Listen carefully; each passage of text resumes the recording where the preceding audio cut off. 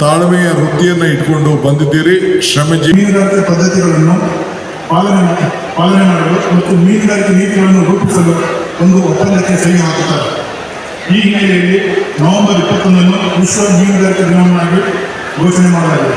ಮೀನುಗಾರಿಕೆ ಕ್ಷೇತ್ರದ ಪಾಲುದಾರರು ಅಂದರೆ ಮೀನುಗಾರರು, ವ್ಯಾಪಾರಸ್ಥರು, ರಫ್ತುದಾರರು, ವಿಜ್ಞಾನಿಗಳು, ಅಧಿಕಾರಿಗಳು ಮತ್ತು ನೀತಿ ರೂಪಿಸುವವರು ಒಂದೆಡೆ ಸೇರಿ ಕ್ಷೇತ್ರದಲ್ಲಿರುವ ಸಮಸ್ಯೆಗಳ ಬಗ್ಗೆ ಚರ್ಚಿಸಿ ಪರಿಹಾರ ಕಂಡುಕೊಳ್ಳುವುದು.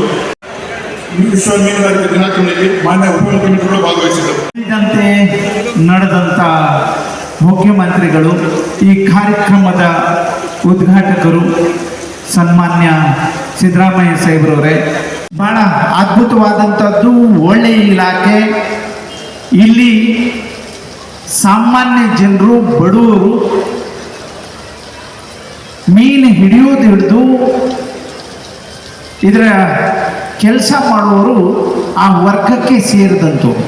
ಇದು ಬಹಳ ಮುಖ್ಯವಾದದ್ದು. ಅದನ್ನು ಮನಗಂಡ ನಮ್ಮ ಸರ್ಕಾರ, ನಮ್ಮ ಮುಖ್ಯಮಂತ್ರಿಗಳು ಸಿದ್ದರಾಮಯ್ಯ ಸಾಹೇಬರು ಸ್ವಂತ ಸೂರಿನಲ್ಲಿ ಇರಬೇಕು, ಸ್ವಂತ ಮನೆಯನ್ನು ಕಟ್ಕೊಂಡು ಅವರು ಒಳ್ಳೆಯ ಜೀವನವನ್ನು ಮಾಡಬೇಕು ಅಂದೇಳಿ 10,000 ಮನೆಗಳನ್ನು ಕೊಟ್ಟಂಥ ಇತಿಹಾಸ ಏನಾದರೂ ಇದ್ದರೆ ನಮ್ಮ ಸರ್ಕಾರ.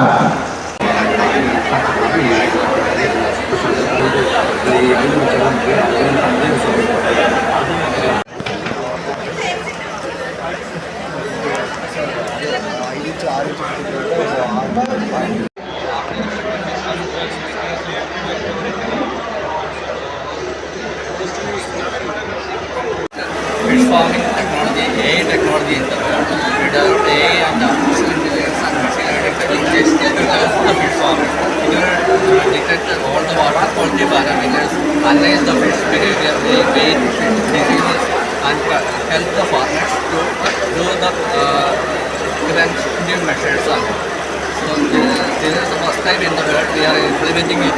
Harangi farm, Karnataka Department of we have tied with ICR in the Council of Agriculture Research, Goa, CCRI Goa. So we introduced this technology in Karnataka first. Thank you. Subsidy schemes like PMMSY, Matsya Sampada Yojana, Fisheries Infrastructure Development Fund, and Matsya Yojana in Karnataka.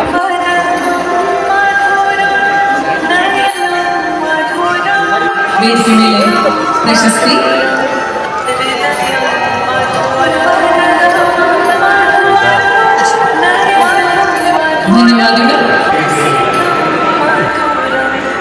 ಏನಂದರೆ it is one of the unique stuff ಈಗ ಮಾಡ್ತಿರೋದು ಬೆಂಗಳೂರಿಗೆ. First time ಈಗ ಮಚ್ಚೆ ಮೇಳ ಇಲ್ಲಿ ಬೆಂಗಳೂರಲ್ಲಿ ಆಗ್ತಿರೋದು.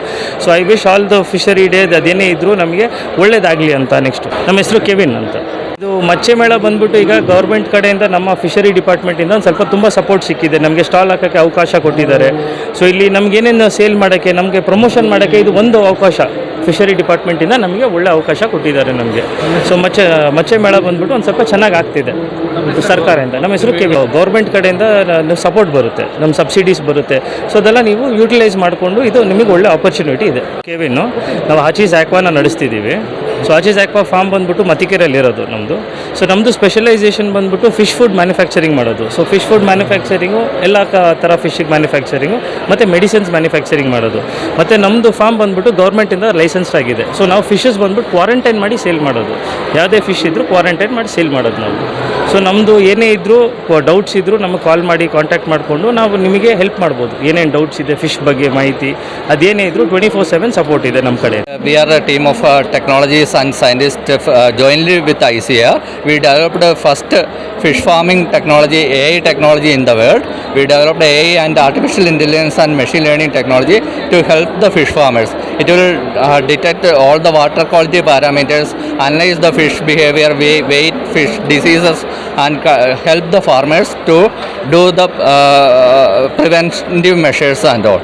So this is the first time in the world we are implementing it. Harangi farm in Karnataka, Department of Fisheries Karnataka. We have tie up with ICR, Indian Council of Agriculture Research, Goa, CCRI Goa. So we introduced this technology in Karnataka first. Thank you for the Dalmanco Technologies Private Limited is the company name.